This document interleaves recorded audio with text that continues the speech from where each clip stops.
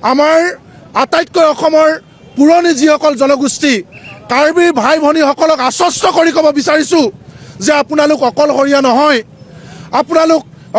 নহয়, আমি অসমীয়া জাতি আপোনালোকৰ লগত আছোঁ। আপোনালোকৰ প্ৰতিটো সাংবিধানিক ৰাজনৈতিক ভূমি আৰু ভাষা সংস্কৃতি অধিকাৰ নিৰাপত্তা নিশ্চিত হ'বই লাগিব। আপোনালোক কেতিয়াও অকলশৰীয়া নহয়। হয়, জনগোষ্ঠী হিচাপে আপোনালোক কাৰ্বি, কিন্তু অসমীয়া হিচাপে আমি এক ককাই ভাই, আমি একে জাতি, আমি বুকুত হাত থৈ কৈছোঁ। নমস্কাৰ।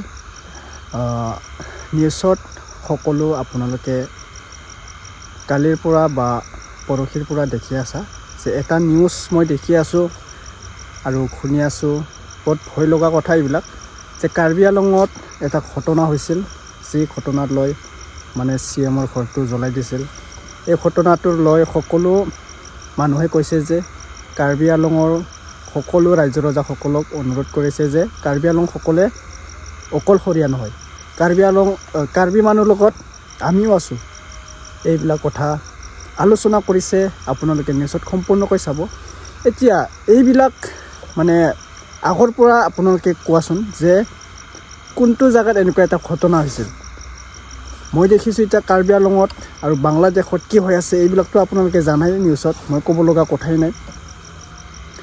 যে কাৰ্বি আংলঙত হোৱা ঘটনাক লৈ বহুত মানুহে ধৰ্ণা দিয়াৰ আমি দেখা পাইছোঁ। ধৰ্ণা মানে CMৰ ঘৰ জ্বলাই দিয়া, এইবিলাক কাম মানে এনেকুৱা কৰিব পাৰে নেকি? যেনেকৈ কাম মানে CMে কৰে, আমাৰ ৰাইজ ৰজাসকল সকলো কাৰ্বি আংলঙৰ অনুৰাগীবিলাকে এইটো ভিডিঅ' যদি চাইছা শ্বেয়াৰ কৰি দিব, 100% শ্বেয়াৰ কৰি দিব। কাৰ্বি আংলঙত কি ঘটনা হৈ আছিল, ইণ্টাৰনেটো বন্ধ বুলি মোক শুনা পাইছোঁ। আপোনালোকে কিমান ঘণ্টাকৈ ইণ্টাৰনেট বন্ধ কৰিছে আপোনালোকে মোক কমেণ্ট কৰি জনাব দেই, যদি কাৰ্বি আংলঙৰ পৰা মোৰ ভিডিঅ' চাইছা।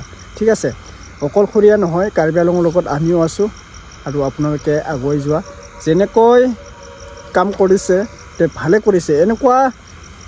এনেকুৱা মানুহক মানে আমি ক'বলৈ লাজ লাগোঁ, মানে এইবিলাক কাম কৰিছে যে আমি ৰাইজে অনুৰাগীসকলে বা কাৰ্বিবিলাক নহয়, আমি সকলোৱে লগ লাগি এইবিলাক কাম কৰিব লাগিব। ঠিক আছে, এতিয়া মই বেছি নকওঁ, আপোনালোকে নিউজত চাই লোৱা। আমাৰ এজন দাদাই কাৰ্বিসকলৰ বাবে কি কথা আলোচনা কৰিলে নিউজৰ মাজত আপোনালোকে চাই ল'ব। যদি চেনেলত নতুনবাৰ আহিছে ছাবস্ক্ৰাইব কৰি ল'ব, ভিডিঅ'টো শ্বেয়াৰ কৰি দিব।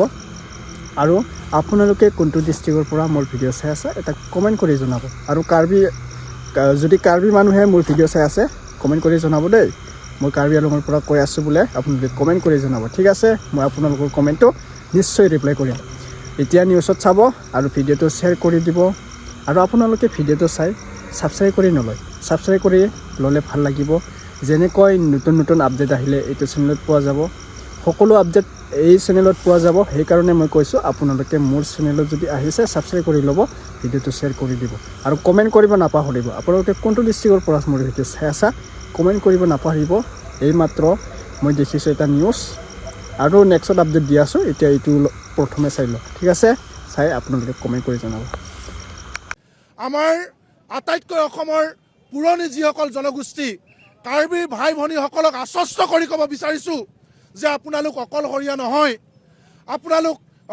নহয়, আমি অসমীয়া জাতি আপোনালোকৰ লগত আছোঁ। আপোনালোকৰ প্ৰতিটো সাংবিধানিক ৰাজনৈতিক ভূমি আৰু ভাষা সংস্কৃতি অধিকাৰ নিৰাপত্তা নিশ্চিত হ'বই লাগিব। আপোনালোক কেতিয়াও অকলশৰীয়া নহয়। হয়, জনগোষ্ঠী হিচাপে আপোনালোক কাৰ্বি, কিন্তু অসমীয়া হিচাপে আমি এক ককাই ভাই, আমি একে জাতি, আমি বুকুত হাত থৈ কৈছোঁ। কাৰ্বিসকলক অকলশৰীয়া বুলি ভাবি কোনোবাই আক্ৰমণ কৰিব, সেই XYZ যোনে নহওক লাগিলে কাকো সহ্য কৰা নহ'ব। আৰু আমি আটাইতকৈ আচৰিত হৈছোঁ, উত্তৰ পূৰ্বাঞ্চলবাসীক চাইনিজ বুলি তুচ্ছ তাচ্ছিল্য কৰে একাংশ ভাৰতীয়ই। সেই কথা আমি মৰ্মে উপলব্ধি কৰি আহিছিলোঁ, দেখি আহিছিলোঁ।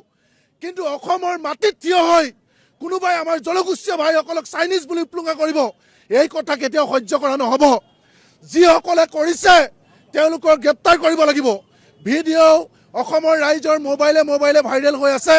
আমাৰ কাৰ্বি ভাইসকলক, অসমৰ আটাইতকৈ আদিম জনগোষ্ঠী আমাৰ ভাই ভনীসকলক গো বেক ধ্বনি দিবলৈ ক'ত সাহস পালে, ইয়াৰ উত্তৰ আমাক লাগিব। আজি আপোনালোকে চাওক, তেওঁলোকে কি কৈছে। তেওঁলোকে কৈছে যে আমাক যি সাংবিধানিকভাৱে অধিকাৰ দিয়া হৈছে, আমাক যি ৰাজনৈতিকভাৱে অধিকাৰ দিয়া হৈছে, সেই অধিকাৰ আমাক সুৰক্ষিত কৰিব লাগিব। সেইটো তেওঁলোকৰ অধিকাৰ, সেয়া আমি সকলোৱে বুজি পাব লাগিব যে সেয়া আমাৰ অধিকাৰ আৰু সেই অধিকাৰ নিশ্চিত কৰিবই লাগিব। তেওঁলোকৰ মাটিৰ অধিকাৰ, ৰাজনৈতিক অধিকাৰ। তেওঁলোকৰ ২৬টা ছিটত কেৱল 7টা ছিটতে তেওঁলোকে আজিকালি নিজৰ প্ৰতিনিধি নিৰ্বাচিত কৰিব পাৰে। বাকীসকল তেওঁলোকৰ হাতৰ পৰা গ'ল। তেওঁলোকৰ নিজৰ প্ৰতিনিধিজন তেওঁলোকৰ নিজৰ নহয়। গতিকে এইখিনি কথা অসম চৰকাৰে আলাপ আলোচনাৰ মাজেদি কাৰ্বিসকলৰ মৰ্ম বেদনা বুজক। কাৰ্বিসকলৰ পক্ষত আপোনালোক আছে? নিশ্চিতভাৱে জনগোষ্ঠীয় লোকৰ ওপৰত আক্ৰমণ কৰিলে কোনো ভূমিপুত্ৰই সহ্য কৰিব নোৱাৰে। আজি মই কৃষক মুক্তি বা ছাত্ৰ মুক্তি বুলি নহয়, এগৰাকী অসমীয়া হিচাপে শিৱসাগৰ মাটিৰ পৰা কৈছোঁ যে কাৰ্বিসকল অকলশৰীয়া নহয়। আমাৰ আটাইতকৈ অসমৰ পুৰণি যিসকল জনগোষ্ঠী, কাৰ্বি ভাই ভনীসকলক আশ্বস্ত কৰি ক'ব বিচাৰিছোঁ যে আপোনালোক অকলশৰীয়া নহয়। আপোনালোক অকলশৰীয়া নহয়। আমি অসমীয়া জাতি আপোনালোকৰ লগত আছোঁ। আপোনালোকৰ প্ৰতিটো সাংবিধানিক, ৰাজনৈতিক, ভূমি আৰু ভাষা সংস্কৃতিৰ অধিকাৰ নিৰাপত্তা নিশ্চিত হ'বই লাগিব। আপোনালোক কেতিয়াও অকলশৰীয়া নহয়। হয়, জনগোষ্ঠী হিচাপে আপোনালোক কাৰ্বি, কিন্তু অসমীয়া হিচাপে আমি এক ককাই ভাই, আমি একে জাতি। আমি বুকুত হাত থৈ কৈছোঁ, কাৰ্বিসকলক অকলশৰীয়া বুলি ভাবি কোনোবাই আক্ৰমণ কৰিব, সেই XYZ যোনে নহওক লাগিলে কাকো সহ্য কৰা নহ'ব। আৰু আমি আটাইতকৈ আচৰিত হৈছোঁ, উত্তৰ পূৰ্বাঞ্চলবাসীক চাইনিজ বুলি তুচ্ছ তাচ্ছিল্য কৰে একাংশ ভাৰতীয়ই। সেই কথা আমি মৰ্মে মৰ্মে উপলব্ধি কৰি আহিছিলোঁ, দেখি আহিছিলোঁ। কিন্তু অসমৰ মাটিত থিয় হৈ কোনোবাই আমাৰ জনগোষ্ঠীয় ভাইসকলক চাইনিজ বুলি উপলুঙা কৰিব, এই কথা কেতিয়াও সহ্য কৰা নহ'ব। যিসকলে কৰিছে তেওঁলোকক গ্ৰেপ্তাৰ কৰিব লাগিব। ভিডিঅ' অসমৰ ৰাইজৰ মোবাইলে মোবাইলে ভাইৰেল হৈ আছে।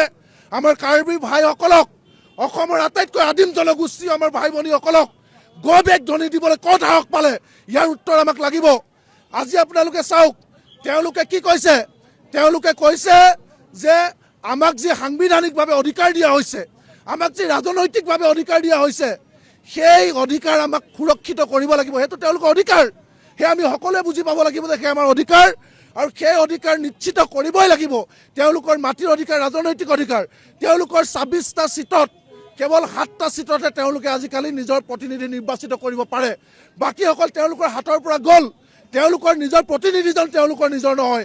গতিকে এইখিনি কথা অসম চৰকাৰে আলাপ আলোচনাৰ মাজেদি কাৰ্বিসকলৰ মৰ্ম বেদনা বুজক। কাৰ্বিসকলৰ পক্ষত আপোনালোক আছে?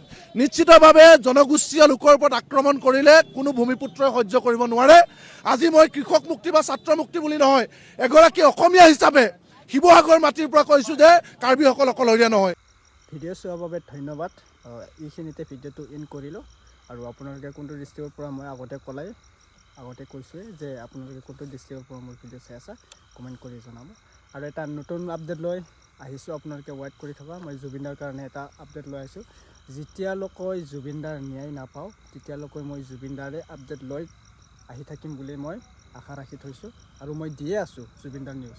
আৰু আপোনালোকে মোক ছাপোৰ্টো কৰি আছে যে জুবিনদাৰ ভিডিঅ' দি আছা। থেংক ইউ ছ' মাছ। আৰু আপোনালোকে চাই যাব নিউজ মই জুবিনদাৰ বাবে এটা লৈ আনিছোঁ। আপোনালোকে চাই কমেণ্ট কৰি দিব।